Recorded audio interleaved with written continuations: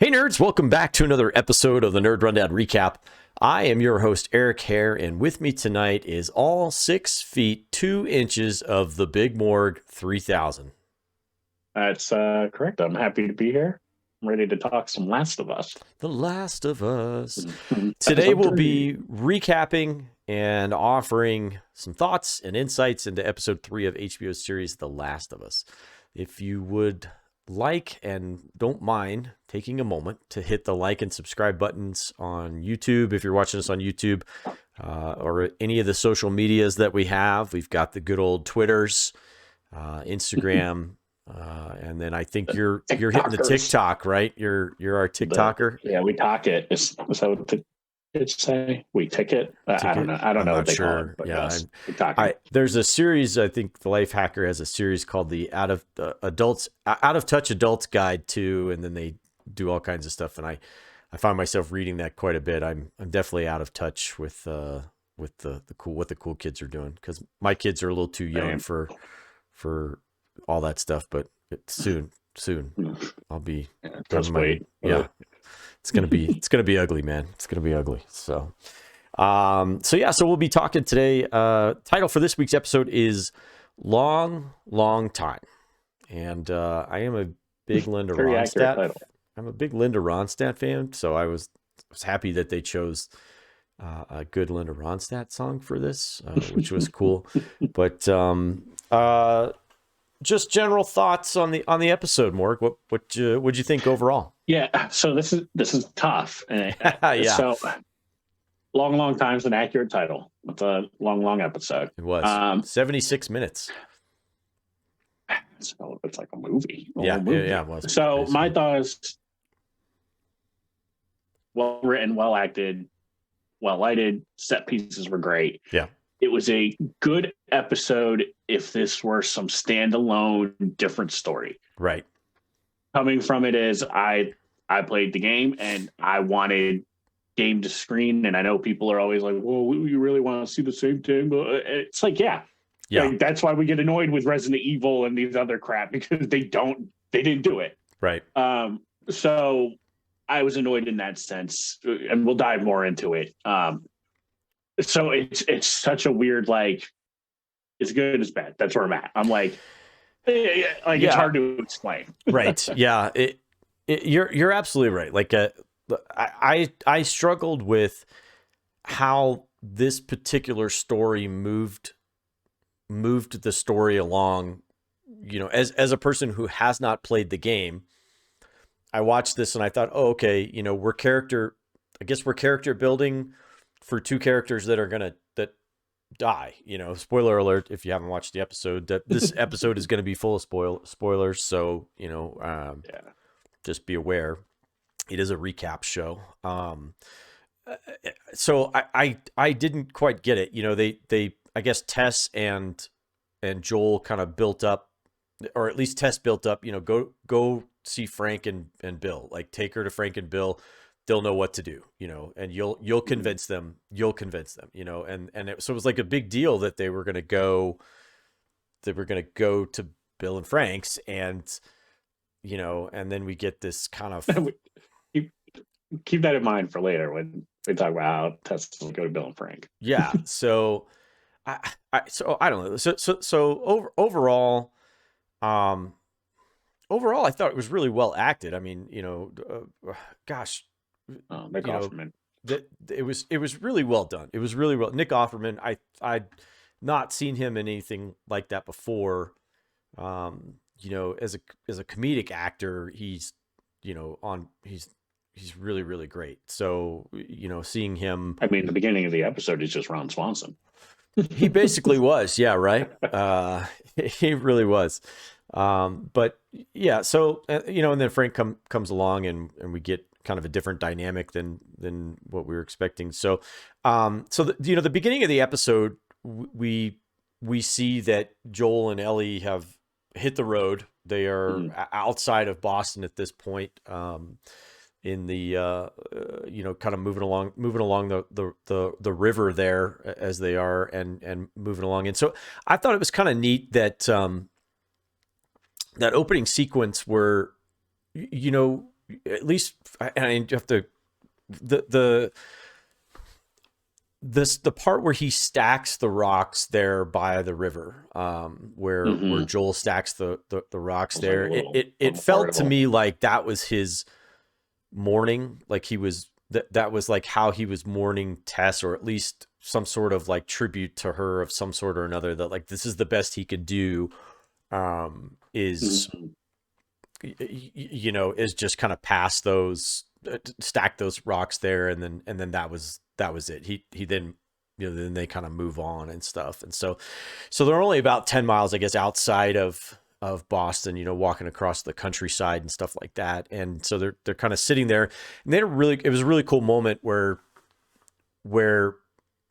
Ellie, she says to Joel, "You don't blame me for Tess's death," you know, and and which is funny, because I think by saying that, she's actually saying that she kind of blames herself for Tess's death. At least that's what I kind of read into that. I don't know about you, but what'd you think? Yeah, I know what you mean, and I think, you know, she can tell, like, she wants to say sorry, but she's also kind of like a prideful, like, you know, just some people just can't say I love you, or you know, there's just those, like, she's like that, and so is Joel. I think so. That's why she does the, like, she knows he's pissed off. You know, he's blaming her. Right. Like, you just know. So that's why she's like, hey, you chose to do this. You chose to do that. Yeah.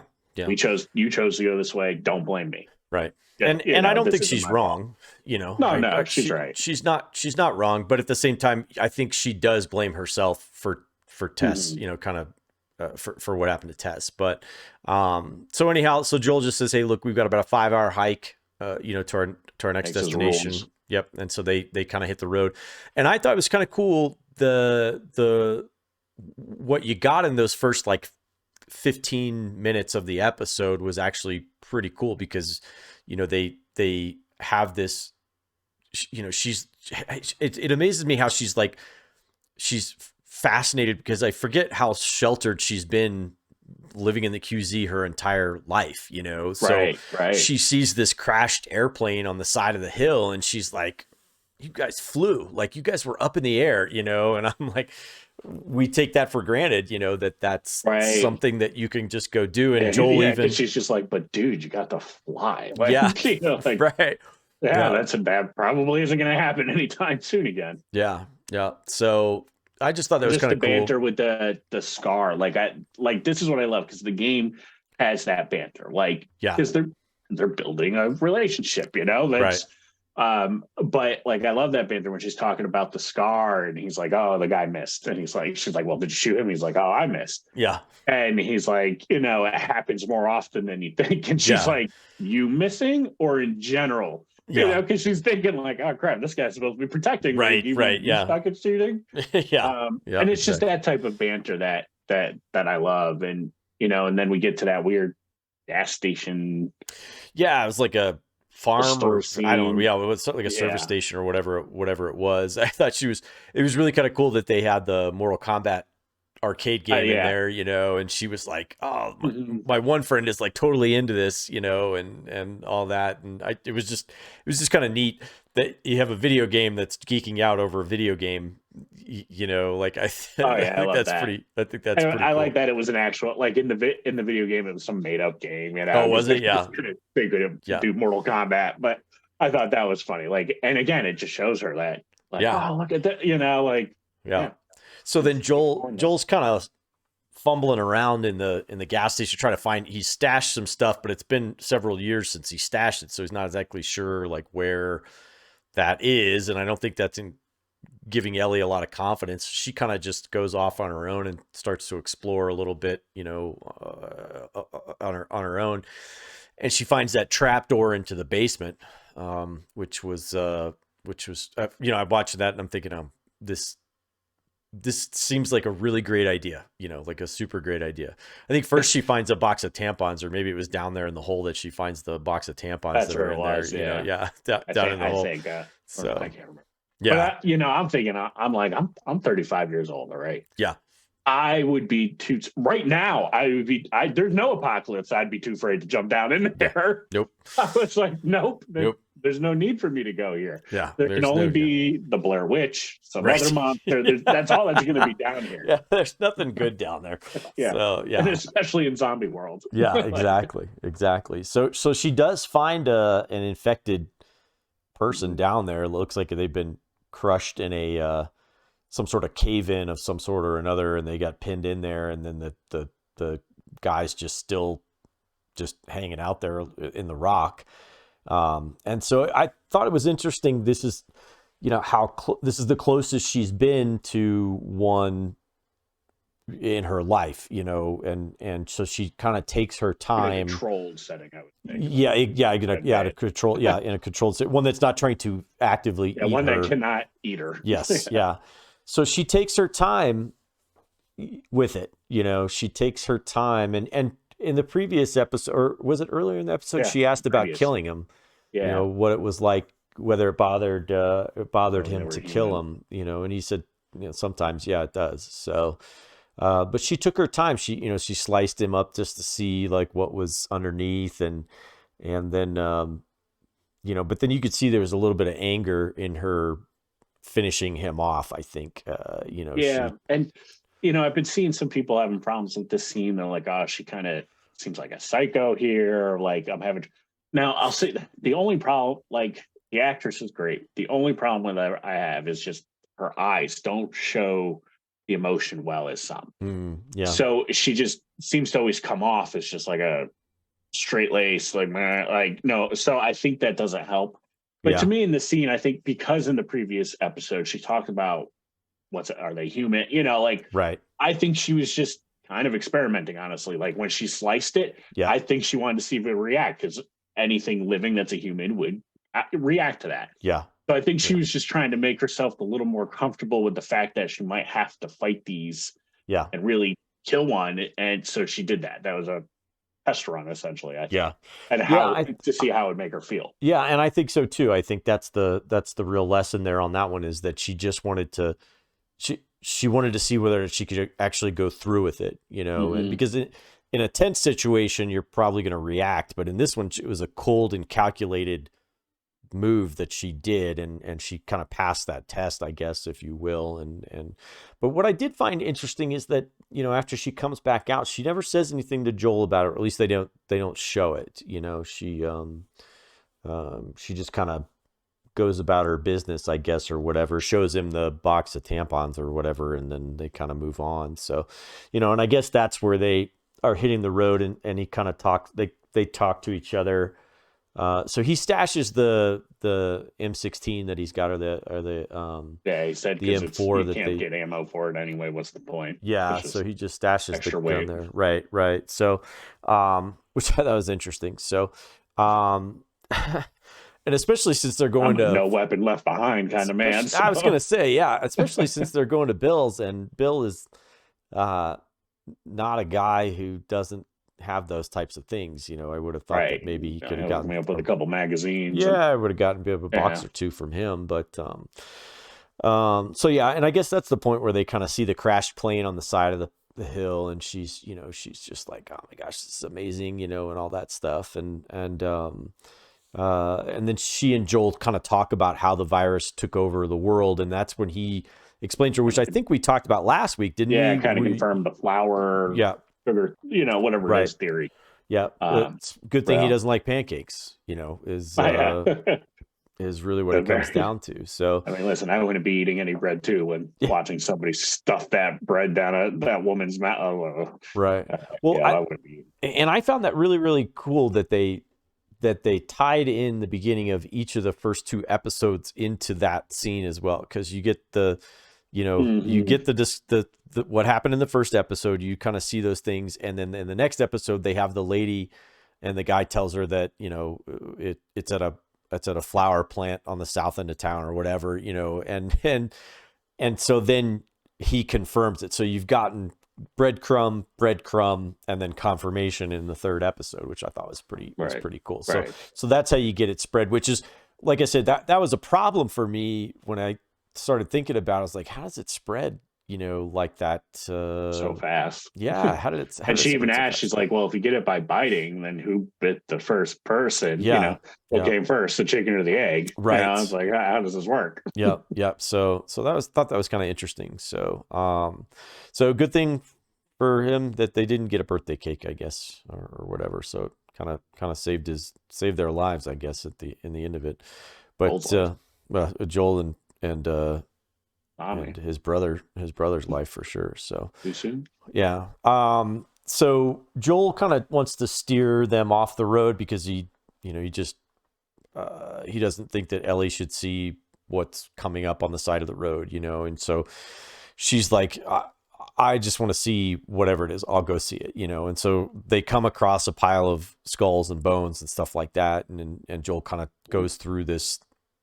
He says, she says, what happened here? And he said, well, they probably weren't infected, but there wasn't any room for him in the QZ. And so they put him down. Yeah. So they just killed him, and his last line there before we kind of cut away is dead people can't be infected. And, he's right. And so we kind of get this slow pan out and we see this material kind of flapping in the wind next to this small skull and then a larger skull next to it, and then we cut to a scene of a woman with her baby, and the little baby's in that fabric, wrapped up in that blanket. Clearly these are the and so you're like, oh man, that's horrible. Like that's just awful. So so yeah, and then this is where we kind of meet okay, so and this brings up a question. So in the game, is Fedra they're just like they are in the show. Okay, is it okay? Because they're basically the military that took over, and it's just a basically dictatorship. It's a military government, and I just find it weird that the show is like, okay, this is like 3 or 4 days after the outbreak of the virus, 4 days after the virus is broken out or whatever, and Fedra is already in charge. They're already rounding people up in cities and towns and stuff like that and taking them off.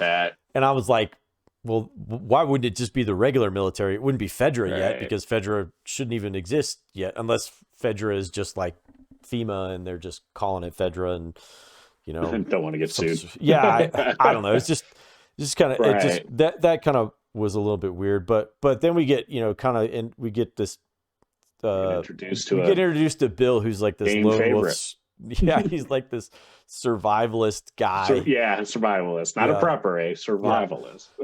Living he's got a little bunker underneath of his house with cameras all over the place, and he has that great line, not today, you jackboot. Was it Fox or something like that? Bill's great. He really is, and Nick Offerman is just terrific in that particular role. So, and the montage part that came after that, I thought was just terrific. Like once everybody's left town, he's like he steals a boat and he's like off to the races to fill up everything he can from the local Home Depot. He's like, he's ready. He's like ready to go. He goes to the gas station, the Home Depot. He even goes to the liquor store, and picks up a bunch of stuff. And then I even love the natural gas stuff. He like goes to make sure that he's got natural gas pumping to his place. I got to ask, is it that easy? I mean, in every apocalypse movie we always see, it's always hard to get stuff. Yeah. Is it really just simply, we just got to turn the shit back on. Turn the knob. There we go. We got gas. It's not like anybody else is pulling from it, so it's just going to be you and however much you use. So if there's a lot in there, So I don't know, man. I was like, geez, I thought it was a really cool montage how they put all that stuff together, and it was really funny watching him zip around, town and doing all that, cutting down trees, digging holes, making traps, all that. That's the traps. Yeah. I mean, he was like in his glory. Honestly, he was like, this is the greatest. He would have done it before if he could. Yeah, exactly. Exactly. So difference wise from the game, like how it's completely. So it is completely different. So Druckmann has said that this was going to be the episode that's the biggest diversion from the game. Okay. So we'll see what that means for the rest of it. I Yeah. mean, this was quite a big divergent from the game that Yeah. they could still do quite a bit in another episode, and it won't be as much as this. You know what I mean? Yeah. So we'll see. But in this, yeah, you don't see any Bill prep work. Yeah, he's got the booby trap town. So basically, it's Joel and Ellie arrive to where he's at. Okay. As you're walking through the woods, because that's where they're going. Yeah. Arrive at where they're at, and Bill's in more of like a Main Street town is what I would call it, versus like a nice little development. Yeah. So it's a much more dirty, grimier, end of the world look versus what we're seeing in the show. Yeah. And it's basically you're navigating the traps, liquors, trying to find Bill and get to him. That's what you're doing. So you're getting more of that building of Joel and Ellie and the relationship, you know, and working together. And you essentially get snared in a trap. And you're hanging upside down. Ellie's got to cut the rope. And while you're doing that, you're fighting off clickers to keep her protected. Got it. So it's a pretty neat sequence where now Joel really has to rely on her for something. Yeah. And you get saved by Bill. So that's how we get introduced to Bill in the game. So I enjoyed seeing him do this prep work. I thought that was fun to see him set it all up. Yeah. Get it all ready and like how he kind of came to be and do his thing. Yeah. I really enjoyed that. I thought it was really neat. And then he's got all these traps and stuff. And then I loved that he's sitting there eating dinner, watching the camera, and he watches that infected get shot in the head. And he gives this little, like, you know, like, it's the little things. It's the little things in life that make it all worth it, you know. Like, he's like, it never gets old. yeah, right. And so something like that. Never get tired of watching. Yeah, never get tired. Yeah, I never get tired of watching that. So I you know, and then it's just kind of Bill on his own for like 4 years, is what it seems like, you know. And then in 2007, that's when we get introduced to Frank, who's played by Murray Bartlett. If you guys have watched White Lotus or whatever, he's kind of coming in there. So, you know, and this is where I think the show, you know, I don't know. It took a detour, a place I didn't really like. I want to parse this properly, because like from this point to a certain point in the show, it's a nice story. You know, it's like a nice story how they have this. Oh, it's a beautiful story. Yeah, how they have this relationship with each other and how it kind of develops and all that stuff, you know. But I just, at the end of it, I felt, what do I want to say? I didn't see how it helped move the story along, because really what it did was it introduced you to a character, to two characters, that I guess in the game, you know, you don't even get to meet Frank at all. He apparently isn't around any longer. Yeah, he's not around any longer. And right. And I don't want to spoil anything for anybody there, but apparently he's not around any longer because he can't stand Bill. And so they went in a really weird direction with it. And when I say weird, I don't mean like weird because of the relationship. I mean, it's just weird that you would introduce us to these two characters, and then Ellie never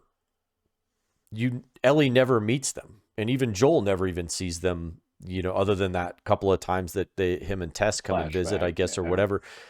So I just kind of failed to make the connection between, and maybe they just wanted to kind of take a detour episode, and maybe it's a filler episode, I guess, or whatever. But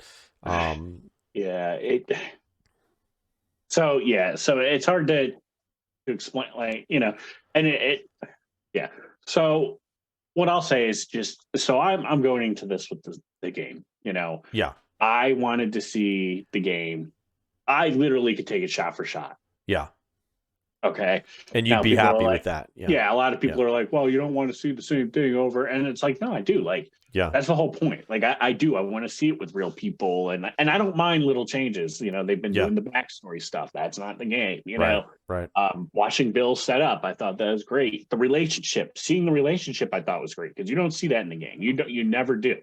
So I was good with that. It's just, they did a whole hour of it and made it its own thing. And like we say, it ends with both dead. So it doesn't really matter if you watch the first 10 minutes of the episode and the last 10 minutes of the episode, you're good. Yeah. You won't have missed anything that would matter to the main story. Yeah. And that's kind of what that was my problem with it. And that's what I told Stace too. I said, we were watching it and I said, I don't like, I get what I get the storytelling here. I understand it. It's beautifully done, well written, well acted, everything about it. I mean, it's a tragic story, like a happy, tragic story. Yeah, it is,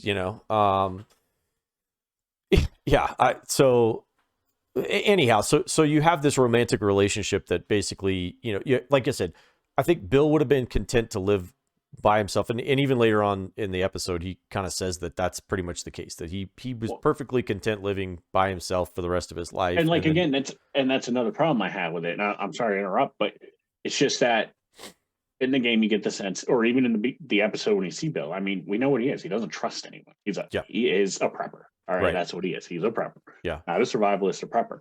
So when we meet Frank by Frank falling in the hole as a trap, it doesn't make sense to me why he was so like, yeah, come on up and come in the house. Yeah, I'll give it, like, that just doesn't. Now I understand he's been alone for 4 years. Yeah. But to me, that just means like, okay, so we're just narrowing Bill down to a guy that just got horny and just was like, all right, I'm letting my guard down. Yeah. If that's the approach you're taking, well, he was alone for 4 years. He needs the it's just tough. Like, because in the game, like, he isn't that. He doesn't need the interaction. Yeah. We don't know how him and Frank met. In the game, Joel never met Frank, like you said. So we don't know the background. So that's why I like that we did get a background. I would prefer like they met somehow different, or like they were just already together. Yeah. And we get the love story and they're just already together and they're ready for it. You know what I mean? Something like that.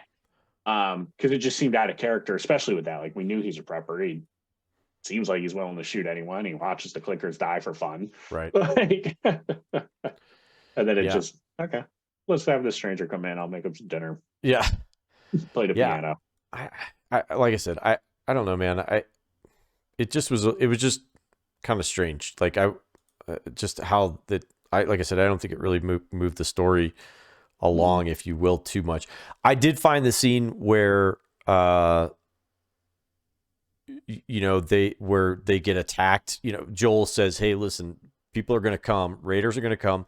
They're going to come at night, and you need to make sure that you're ready. And it works. I mean, Bill's traps go off and he takes down all those dudes and, people that are trying to come in, and then, he gets popped, he gets a gut shot, and, and Frank, which I thought was interesting dichotomy, because, really up to that point, Bill has been taking care of Frank the entire time. And Bill's like, clearly, Bill has that protector instinct. Yeah. You see it. Yeah. And so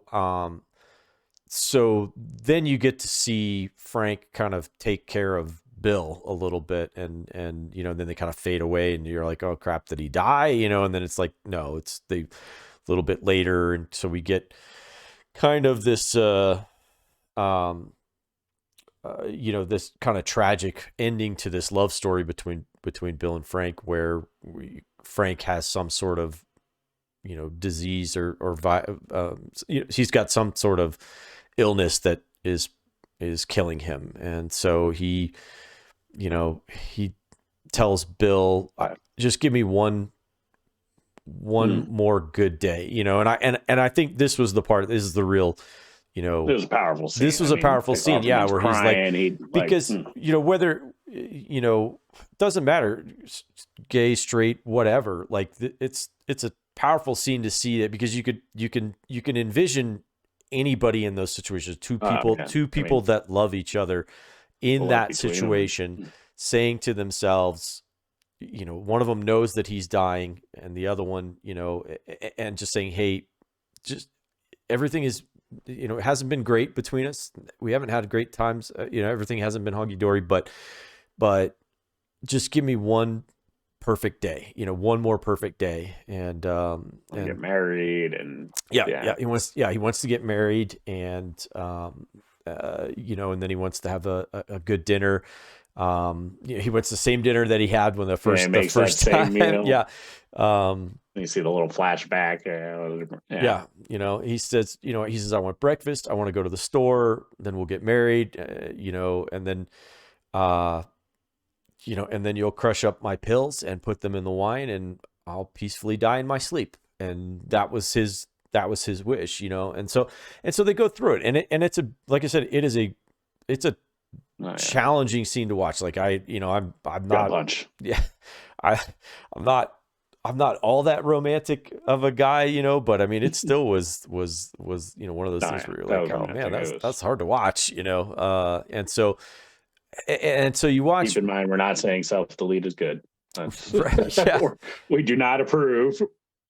But this episode, it was a very touching what they do, and it's sad. It's sad. Yeah, and so so Frank chugs his wine, and then Bill chugs his too. And then I think that's when he reveals. Yeah, and then he says, I'm old, I'm satisfied, and you were my purpose. And Frank says, his line was actually really, really terrific. And Marty Bartlett just was really, really great. It's such a good counterpoint to Bill Offerman's or to Offerman, Nick Offerman's Bill character. Oh, yeah. He says, I don't support it, but objectively, it's incredibly romantic what you just did. It's great. I mean, they were great. They had great on-screen chemistry, the banter, and they were good. It was really good. So they retire to the bedroom, and then and then apparently they've left a note behind, and so Joel and Ellie then. Joel and Ellie then arrive. A lot to say about all this. Yeah. So, go ahead. What were you going to say? Yeah. So I just kind of want to talk about the whole thing and just compare it to the game real quick. Yeah. And like I said, because that's how I'm coming at this, and I can't help it. And that goes for any adaptation of the game. I'm going to come at it like that, except for Sonic. But so it's just we spent a lot of time. There was some great banter. Like I cracked up when Frank's like, sees the piano. He's like, you know what? One of these is worth. And Bill's like, currently nothing. Yeah, right. I'm like, oh yeah, that's right. Because you would do that. Like if you saw a Superman #1 laying around, you'd be like, wow, you know what this is worth? Oh yeah, it's the apocalypse. Nobody wants it. Yeah, nobody wants it. It's just toilet paper now. Yeah. So it's like, you forget. So like there was plenty of great banter between them. There was this great interaction where you see them fight, and it's before Joel and Tess meet them. It's basically Frank wants to expand. He wants to meet people. He wants to clean up the area. He's like, it's all our home, you should keep it nice. And Bill's just like, wait, what? No, like, what are you talking? We don't need people. We don't need this. Right. There's a great Frank's like, you think the government's Nazis, and Bill's like, they literally are Nazis right now. And Frank's like, well, I meant back then, not now. He's like, I want to have friends, and Bill's like, we don't have friends. Like you can't have friends in the apocalypse. Like that's. But then we get introduced to Tess and Joel there, and that's how and you see the Bill and the Joel. They don't trust each other at all. Respect each other, but they don't trust each other. Joel's like, hey, I can tell what defense you have because he's a contractor. Knows like it's going to be down, and you're going to have the Raiders and blah blah. Yep. But so I had a big problem with the Raiders. So a lot of this it just seemed like a utopia.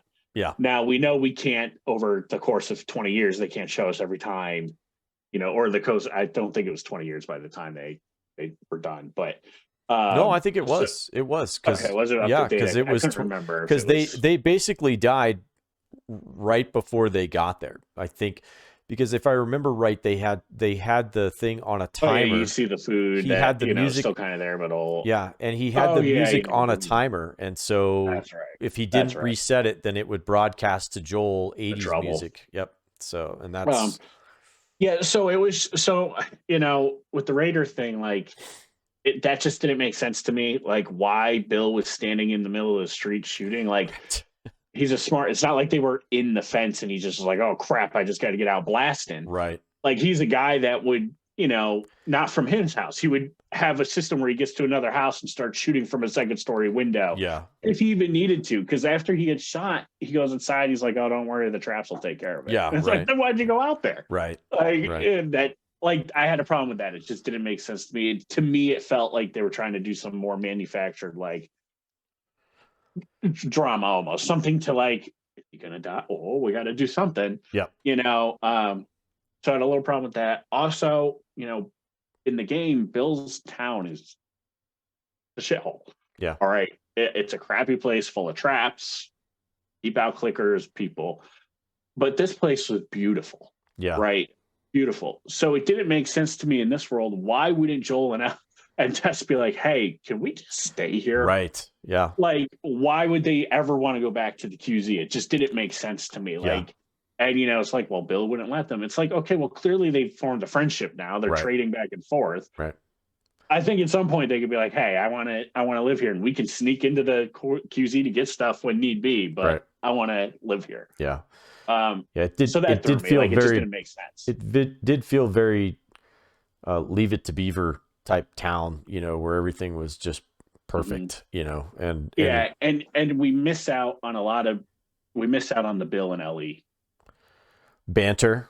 Like that is a fantastic part. It helps build her a little bit. We see him. And in the game, you get an idea of what's going on. You're reading notes that are leading up. So that's why I appreciate the flashback of the relationship and showing that, because we can't show like, you know, Joel reading notes and like a narrator, just wouldn't make sense. Yeah. So like that I appreciated, but it just like in the game when they're talking and it's Bill's going to help him get parts for the car because, you know, the car shouldn't be working. And Bill's just this hard ass, like he is in the beginning. You know, that's just what he is. And throughout, you're doing all this stuff. You're trying to get stuff, and you go in this one room. You talk, and Bill kind of looks up, and he's like, Joel turns around and goes, "Oh, damn it!" And you see a guy who self-deleted himself. Sure. Poignant. Right. And you can see Bill is torn up, and Joel's just like, "What, do you know this guy or something?" Yeah. And Bill's like, "He was my partner." Right. He goes, "Only Frank would wear a shirt that dumb." But you find out like they just couldn't relate because Bill just didn't want to be with people so much. Yeah. He just wanted him and Frank, that he leaves. Like, and that's why Frank left, and he gets bit. And he leaves a note basically like, "Oh, you were right. Like you said we shouldn't go. It's dangerous. And here I am." But he talks about how he hated him. Yeah. Blah, blah. So it was tough because it was still a good pain. Like you understood the relationship. You understood the pain. Yep. It helps the Joel and Ellie story because they got to get through stuff together to build them again. It bonds them. That's a part of the game then that helps bond them together. Because I feel like people forget this is supposed to be Joel and Ellie. Yeah. Like that's what this is supposed to be. Right. And like I said, the first 10 minutes and the last 10 minutes, right up the first. I mean, we don't even need to see Bill setting up. Yeah. Realistically, we could see right up to the skeletons and then start with the note. Yeah. And you're done. Now, the note I thought was hilarious. I did too. Yeah. It was fantastic. I cracked up. Yeah. It's just the note was written just like how Bill would talk and be. Yeah. When he's like, you know, Joel, this has to be you because it was anyone else that died from my traps and got electrocuted. Because he's like, it's addressed to whomever, but probably Joel. Yeah, whomever, but probably Joel. Like, because you know, Joel's the only one that'd be able to get in there. But the note nods, and he talks about how, hey, you know, I found my purpose, and it was to be, to protect Frank. To protect Frank. Yeah, protect Tess. Well, and it goes along with what Tess told Joel before she died, which was save who you can save. You know, so it stacks on to what Tess said. You know, I would say it seems like the show's trying to go a little bit more of a hopeful route than a sad route, because the game really relied more on should you have relationships or not. Yeah. Like, are they bad? Right. Whereas this, it's been more like, well, they're Frank and live to be this age. Now we have some sad stuff. And which, when I say keep in mind at the age, like Tessa's like, take them to them. Yeah. What are they in their 80s at this point? Like the way they look, like 70s, you know, like, right. Like, what do you think they would do? Like, yeah. Well, and I think, I guess maybe just hopefully they had a car. Yeah, right. I think in listening to the Last of Us podcast that HBO does, after each episode, they said from the very beginning that they were very interested in exploring love and how relationships, how love can manifest itself in many different ways for both good and bad purposes. Like love bonds you to people and keeps you from doing things that maybe you should do, or maybe it makes people sacrifice things that they wouldn't normally sacrifice, and so they're really, and I think that's what the show is really kind of going for, is showing you the different types of love that exist and how those are good things and bad things. Sometimes they can be both good things and bad things. And so I think ultimately the Bill and Frank portion of it is that, hey, ultimately this was a good, loving relationship, that started off with a guy who was just content being completely alone, and then at the end in the letter, he says, at first I was happy that everyone died. Right. Like he was like, yeah, this is my dream. But yeah, and but that he found one person that was worth saving, and that's what he did. And then he says, and he writes to Joel, he says, that's what men like us do. We save people no matter what the cost. And then he references Tess, and but I think at this point you can substitute Ellie in for that at this point, because that's kind of what they're setting it up. I mean, yeah. And it's and you see that. I mean, that letter hit Joel. I mean, Joel walks away and goes outside because you can tell he's just trying to fight back and cry, essentially. Like he's having a real moment. Yep. For sure.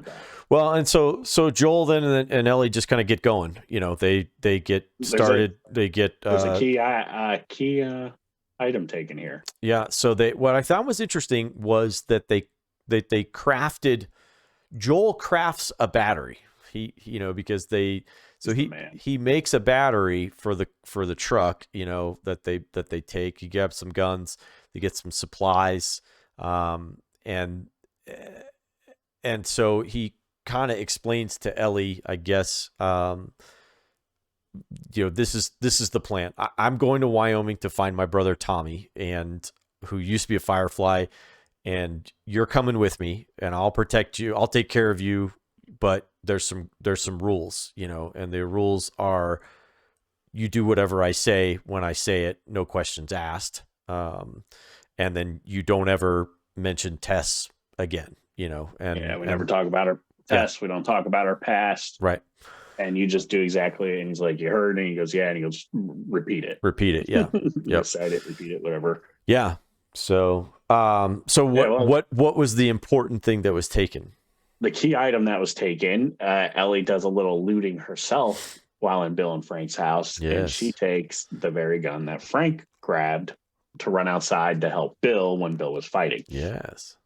So we know she's been trying to get a gun. I mean, They go into Bill's bunker because Bill gives them the code, and she's like, "Come on, there's a freaking wall of them. Just let me have one." Right. And Joel's like, "No." And Joel just doesn't trust her. He's like, "No, this is a 14-year-old kid. He had a 14-year-old. He's like, no, I'm not just going to give you a gun." Right. Yep. So I can imagine when it's going to come back, but I won't say anything. Yeah. I can imagine what they're going to replace with it. Essentially from the game and how they're going to do it. But yeah, that's a key item that he has a hold of. Yeah. Well, yeah, it could be interesting because there could be a situation where they get nabbed by somebody and they're like, "Are you armed?" And he'll be like, "No," or hand them their gun and then they'll find her gun and be like, what are you trying to pull? That type of situation or whatever. I just said, you're going to get her to do it. Yeah. So, so we'll kind of see how that plays out. But they, so Ellie and Joel get cleaned up. Ellie makes a joke about Joel being a little ripe. And, so they shower, grab some new clothes, grab Bill's truck and hit the road, which is funny because, Ellie has never been in a car before. And so her reaction to the seatbelt, he's like, "Put on your seatbelt." He's like, "What?" Yeah. And then the overhead the visor, she's like messing around with the visor and then getting into the glove box and grabbing a tape, out of there. And so the two of them just kind of head out. And of course the episode closes out with the long time song from Linda Ronstadt playing on the radio to the truck. And I like that the camera pans back into the bedroom. Yes. With the window open, because the note said they left the window open because they didn't want the house to smell. Right. Yeah. So it was a nice ending for Bill and Frank, I think, whereas it could have been a different, if they went by the game, it was not a good ending, it was a much more brutal ending. Yeah. Yeah. So I think overall liked the episode. I think if you and I are being completely and truly honest, I think this episode could have been 30 minutes and 35 minutes and we would have been fine with just seeing the Ellie and Joel stuff. And agree. And it concerns me because there's only going to be 9 episodes this season. Yeah. And from what I understand, they're putting the whole first game in the first season. So there's a lot to still happen. Now, if they keep doing hour and 15-minute episodes, hour and a half, I don't know what the run times are going to be. Right. Okay. But makes me a little nervous. Yeah, for sure. So based on the upcoming, it looks like we're going to get a little back on track here. It looks like it. The trailer looked pretty good. We're going to meet some new folks and see some action. It looks like we might get a little bit of gunfight action and stuff like that. So we'll kind of see how things go. I think we're going to get some the Joel the gamers have been hoping for, ready to see. Yeah. The ones we're ready to see. Awesome. Well, Morg, thanks so much for providing your insights into the episode, from the video game compared to the show and stuff like that. Thanks everybody for listening. Thanks for tuning in. I'll ask you to hit the subscribe button if you haven't subscribed to the channel. If you wouldn't mind, leave us a review on Apple Podcasts or on Google Podcasts, wherever you consume your podcast stuff. Spotify, give us thumbs up. Really helps the channel. Share it with your friends. And if you haven't been watching The Last of Us, stop listening to us. Go watch 3 episodes and then come back, and we'll pick up on episode 4 next week. So. With that being said, Morg, we'll see ya. Bye. Deuces.